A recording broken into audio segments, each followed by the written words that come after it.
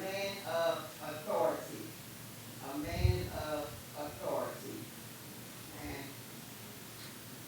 Matthew 8, 5 through 9 will be the scriptures. And Jesus came to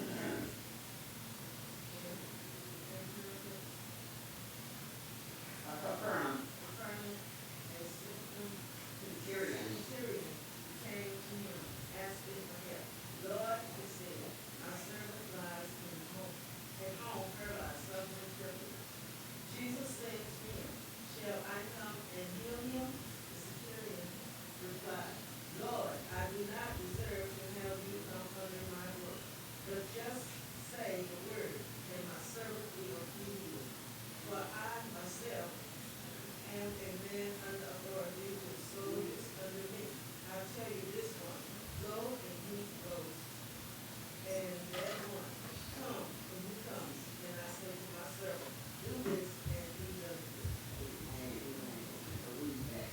So Matthew tells us about a person who doesn't deserve attention from Jesus. The centurion, he's a commander, and he comes to Jesus with a request for him to heal a servant, his servant, a bedridden servant at home with leprosy. And so the centurion, he holds a high rank in the Roman army. A centurion comes from the same word meaning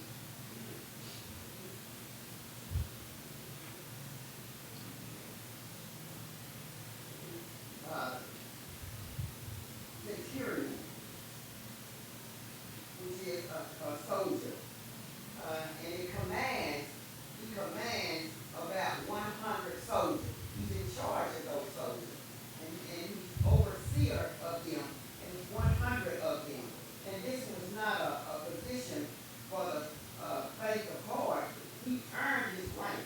He worked hard for his rank, and he earned his rank. And he earned it by excelling in leadership. He was a leader, and he was being watched. And so he got this leadership, and they put him in charge of battle in a military army. And he had authority over these 100 soldiers. So that's a little bit about that centurion man. And this centurion, he could have left many obstacles stand between him and Jesus, but he didn't. He didn't put any obstacles in front or in back of him and Jesus, but he could have done that. And so he could have left some pride, he could have left some doubt, he could have left let money get in the way, he could have let language get in the way, and pride is the main thing, but he did not do that. His time or power, he didn't let that come in between him nor Jesus. He didn't do it. And so those are barriers that will get in your life and block your blessings. And so he let that alone, and he didn't approach Jesus in that way with barriers to block his blessings. But he was seeking Jesus to ask him to do something for him. And so when you go to Jesus and want him to do something for you, you got to go in faith. You got to have a clear mind and not go with baggage. You can clean up the baggage. You can take the baggage away. But he prefers us to come to him in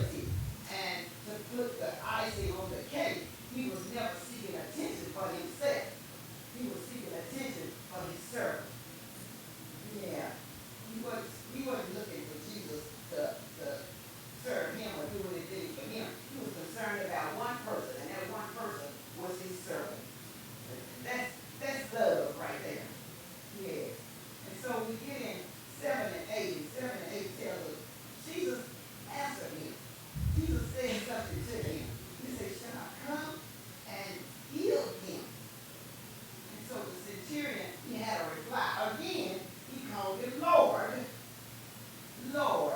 And so the centurion, he had great respect for Jesus, the Jewish people, and their customs. They had some customs back in those days.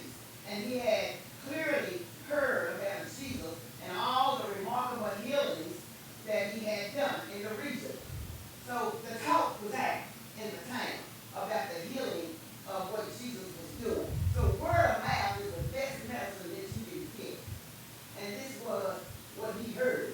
So he heard. He didn't know. He just heard what Jesus was doing, all the remarkable healing. He heard about the word of mouth. There's power in your mouth. That's why we got to be careful what we say to people and say to each other. Because any little thing can offend somebody or hurt somebody or make them want to knock you out. So we got to be very careful because the mouth is like a sword. It's dangerous. And so Jesus didn't hesitate. He didn't hesitate at all about coming. He told him, he asked him. He said, shall I come and heal him? But over in King James, it said, I will come and heal him. So I guess it's pretty much the same. Whatever he said, he's going to go anyway. If he spoke it, he's going. He's going to take care of it. He's a man that shall not lie. And so, once again, Jesus is willing to break from Jewish culture laws. He was willing to do that because it was a law back in those days that they all abided to. But he's getting ready to break the culture law himself because he's Jesus. He can do that. So Jewish people, they had extended command not to participate in certain activities with Gentiles. They did not communicate with Gentiles. They didn't participate with Gentiles. And this was a Gentile Roman soldier. And so they didn't do that. And that included not ever entering a Gentile person's home. It was forbidden to go into their home. And that's why he said, Lord, I do not deserve to have you come under my roof. Because it was forbidden to have people in their homes to do that. That was one of their laws that they had. And Jesus seemed unconcerned with following his standard. He didn't care about that standard. He was Jesus. He had a faithful centurion to step up to him to ask him to do something. And he asked it in faith. And so the centurion demonstrates deep humility by saying he didn't deserve to have him come. And so he was aware of the Jewish laws. He knew this. But he still went above and beyond. He knew about the laws, the centurion, just like Jesus did. So they came together on one accord. And so the emphasis was not on the coming. That's not what the emphasis on. It wasn't on the coming, but it was on the one who was coming. Ooh, the one who was coming. The master, the king, the healer, the great physician. That was the one who was coming. Jesus Christ was the one who was coming. The I am, meaning I can and I will. He said, I will come and heal him. Shall I come and heal him? So he was just letting me know, I will come. He said, I can and I will. Okay, nobody stop me. I'm going to do it. That's assurance. That's confirmation. That's something that the centurion can bank on. If Jesus said it, he's going to do it. Yeah, because he's not a man that shall lie. And so, and the word of Christ was all that was needed to be spoken. He said, but just say the word. That's what the centurion told Jesus. Just say the word, and my servant will be healed. You don't have to come into my house. He knew what kind of power Jesus had to do all the healing. He can do it from a distance. He can heal you from a distance. He can touch you and you can lay down on the floor from a distance. He doesn't even have to lay his hands on them. And when the Bible says lay hands on them, but Jesus don't have to do that. And this centurion said,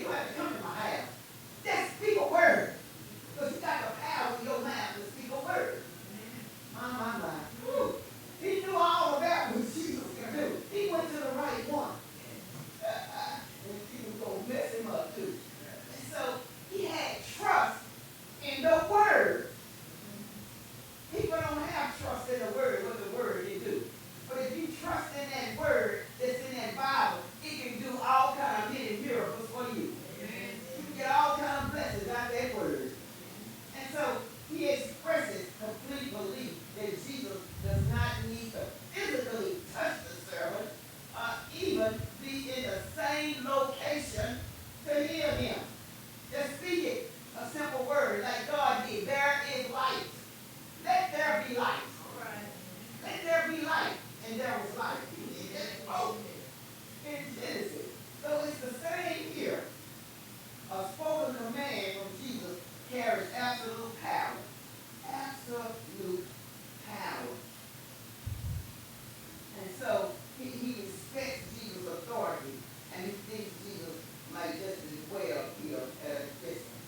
And so those who care for their fellow man, regardless of class, race, social, or physical condition, always manifest the heart of Christ. Always. If you care for your fellow man, the song says, think of your fellow man, give him a helping hand, put a little love in your heart. That's what it says. And if we do that, wow, miracles will happen in your life. Blessings will come forward in your life. And you can manifest the heart of Christ just doing that. And that's what the centurion, he was doing. He was letting Jesus know. Your word, your math is enough for me. I trust you. I have faith in you. And then we get 9. Say, for myself, I'm a man under authority. He started telling him about himself, his work, his background, his field of what he do with soldiers. He compared this to what Jesus can do. And so in this verse, we see the power of faith. And that's what verse 9 is. He's got the power of faith in it. And we just saw in verse 8 the power of Christ. What Christ can do. Now we're seeing the power of faith. And so this word authority, he said, I myself am a man under authority. So authority means freedom of action. Freedom of action. The greater authority a person has, the less others can limit him or her freedom of action. If you got authority to be in charge of something, then the less his or her can limit the freedom of action. There's no limit because you've been given that authority to do this, to do that. I'm going to assign you a task. We assign you a job to do for him. And he's going to not let you fail. He's going to let you get that job done because he gave you the authority to do that. So you'll have the freedom of action to do it. Until nobody come up against you and stop you. And so the centurion's remark that he was a man under authority, it states that he received his authority to come and be in charge to command his soldiers. And he had that authority to do that. To command those soldiers, he said to come. And they come. He said to do this. And they did. So isn't that a command? That's power. That's authority. If you command somebody to do something, they're going to do it. If they know you're in charge. Now some might fight it, some may not do it, and some may not want to do it. But that doesn't change your authority. Because you're still in that position. And so that's what he was telling Jesus. And he was trying to compare a man under authority.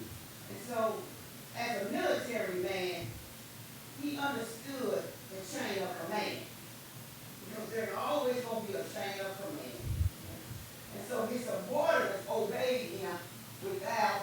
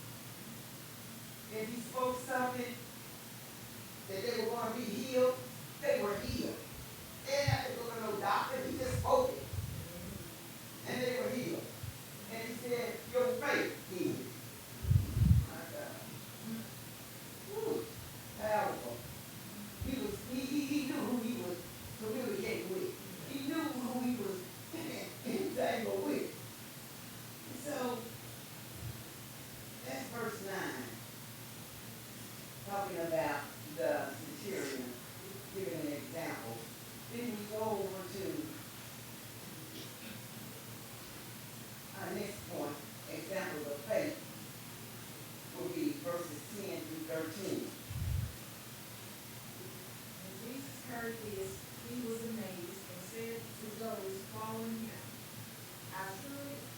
truly I tell you, I have not found anyone in Israel with such great faith. I say to you that many will come from the east and the west and will take their places at the feast with Abraham, Isaac, and Jacob in the kingdom of heaven. But the subject of the kingdom will be thrown outside into the darkness, where there will be weeping and gnashing of teeth. Then Jesus said to the centurion, go, let it be done just as you believe it would.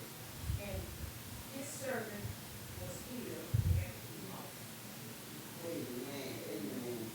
Thank you for reading that. In verse 10, this is a powerful declaration. It's a declaration coming from Jesus as a Roman centurion who believed he could heal his servant. And Jesus is pleasantly surprised at the faith that is displayed by his Gentile soldiers. He's a Gentile. And so he showed the Jewish people by praising this as great faith. He bragged on the man. It was great faith to him because it required no physical proof. It didn't need any proof. No visual presence or special ritual. That's what they did. Jesus didn't need that. So he was operating in faith. And he bragged on the centurion. He was amazed, surprised. He said, truly I tell you, I have not found anyone in Israel with such great faith. Wow. Because the people in Israel, they didn't stir up the gift. They didn't stir up the faith. Faith is something that we hope for, the evidence that we was not seen. They relied on their little rituals.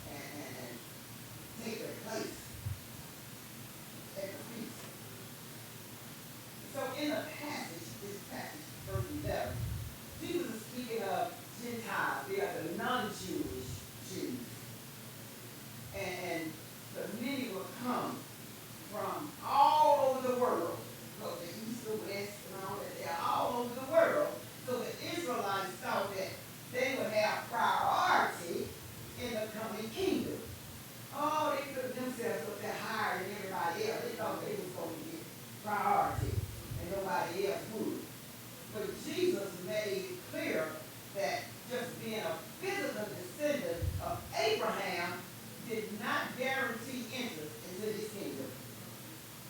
No, no. They thought because they were connected to Abraham or they were the descendants of Abraham, they were going to get in there. No, that's not what that's not what that's saying. Jesus made it clear. He said right there in verse 11, but I say to you that many will come from the east and the west and will take their place of Abraham, Isaac, and Jacob in the kingdom of heaven. But he got a but in number 12. But number 11, he said they will come and take their places. So this means they're going to sit down. They're going to come and they're going to sit down. And they're going to recline at a banquet table with Abraham, Isaac, and Jacob. That's what they're going to do. And so the coming kingdom is portrayed in terms of a feast. It's going to be a feast. You hear the pastor talking about a feast all the time. It's going to be in heaven. It's going to be a big feast. You'll get to see Abraham, Isaac, and Jacob at the feast. A banquet table. Spread out with all kind of goodies. Yeah. I was going to say, hey, there's going to be a lot of food and nuts and vegetables. That good stuff. And so it's going to be at the banquet table. And so, because we are the bride. And the Bible speaks of us as being the bride. So this coming kingdom is portrayed in terms of a feast, like a wedding feast. That's what it's going to be like. If you can put your mind and imagine a wedding feast, yeah. And then, if we being the bride, that's a big feast. So salvation and God's kingdom are open to people all over the nation. All over the nation. It says the east and the west. It represents the end of the earth. The east and the west. All over. Everybody. So people from every corner of the globe would be invited into God's family. And this will be a joyful eternal feast. A joyful eternal feast that symbolizes the communion and peace found in the kingdom of heaven. I say to you that many will come from the east and the west and will take their places at the feast with Abraham, Isaac, and Jacob in the kingdom of heaven. So we will sit down in the banquet table with Abraham, Isaac, and Jacob. So look at number 12. It's a but right there. But the subject of the kingdom will be thrown outside into the darkness where there will be weeping and gnashing of teeth. All right, what is the Holy Spirit talking about here? And so this verse is a warning to unbelievers. Jews warned that the children of the kingdom, referring to the Jewish people who had invited the law, but rejected Jesus, will be cast out. So Jesus warned, he warns that the children of the kingdom, he was a warning, he was warning them, he was letting them know, you children of the kingdom, referring to the Jewish people who had inherited the law, but rejected Jesus, would be cast out. So that's what they're talking about. These Jewish people, they're going to be cast out. They inherited the law, but they rejected Jesus.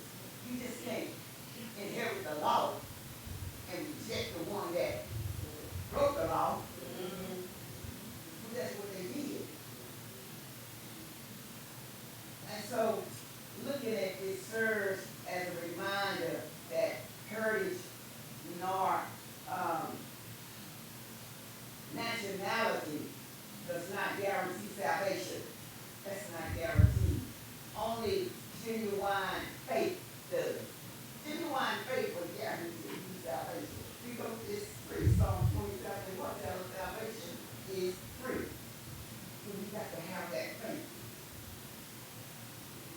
faith in Christ will be the deciding factor about who enters into the kingdom of heaven. Woo. A lot of people around here not stirred up their faith. Don't even know they had it. Not using it, not believing. They're unbelievers. They don't believe what's going on in the world is happening from up above. They probably don't even believe who created it. But we know who created us. Amen. And so this weeping and gnashing of teeth means that the children of the kingdom, which is Israel, would die with God, without God. They're going to die without God. Wow.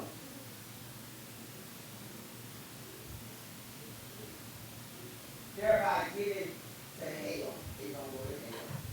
Isn't that something? Because of rejecting Christ. They're not going to be with Jesus. They'll be without him. They will die without God. And they're going to be going to hell because of rejecting Christ. And the people of today, a lot of them are in the same category. The world is like that right now. So we want to be in that number where we get to go and be face to face with him. So this state of extreme anguish, despair, or violent frustration is what they're going to be facing. They're going to be facing anguish, despair, violent frustration. And that word weeping, weeping represents sorrow, represents grief, and deep emotional pain of loss. That's weeping. He said weeping and gnashing of teeth.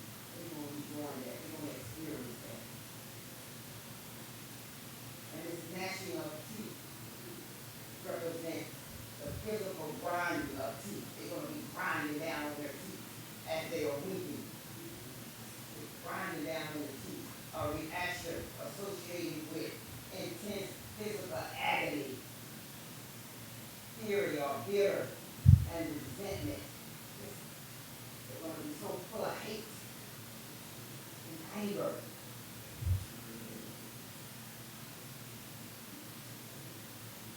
And we can imagine that today about the people in hell. They don't want to be down there. So you can just imagine them weeping and gnashing of their teeth. They want to come up out of all that fiery burning. But that's what the word is saying. But the subject of the kingdom will be thrown outside into the darkness. That's what it is. It's darkness. So we were brought out of the darkness into the marvelous light. So we want to stay in the marvelous light. We don't want to go back to darkness. And we say, that's where it's going to be. That we can that's what in the darkness. That's where I can go in. And then 13, then Jesus said to the centurion, he said, go. He said, let it be done. Let his will be done. That's what he said. Let my will be done. As you believe it would. And his servant was healed at that moment. Woo. And so this verse signifies that Jesus honors absolute faith. Absolute faith has absolute universal authority. He has all authority. He's omniscient, omnipotent. He's omnipresent. He's everywhere. So Jesus, he heals a paralyzed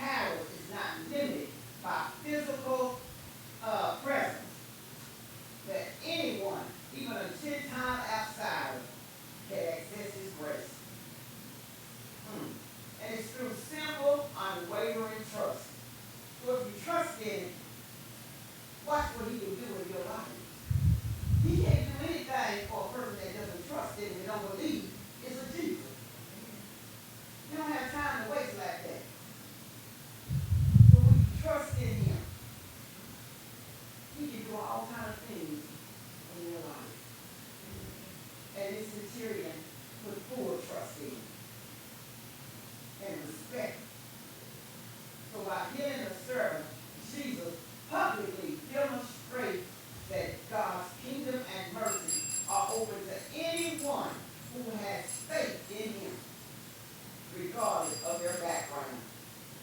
As long as you have faith in him, it doesn't matter if you're black, white, green, yellow, purple. As long as you have faith in him.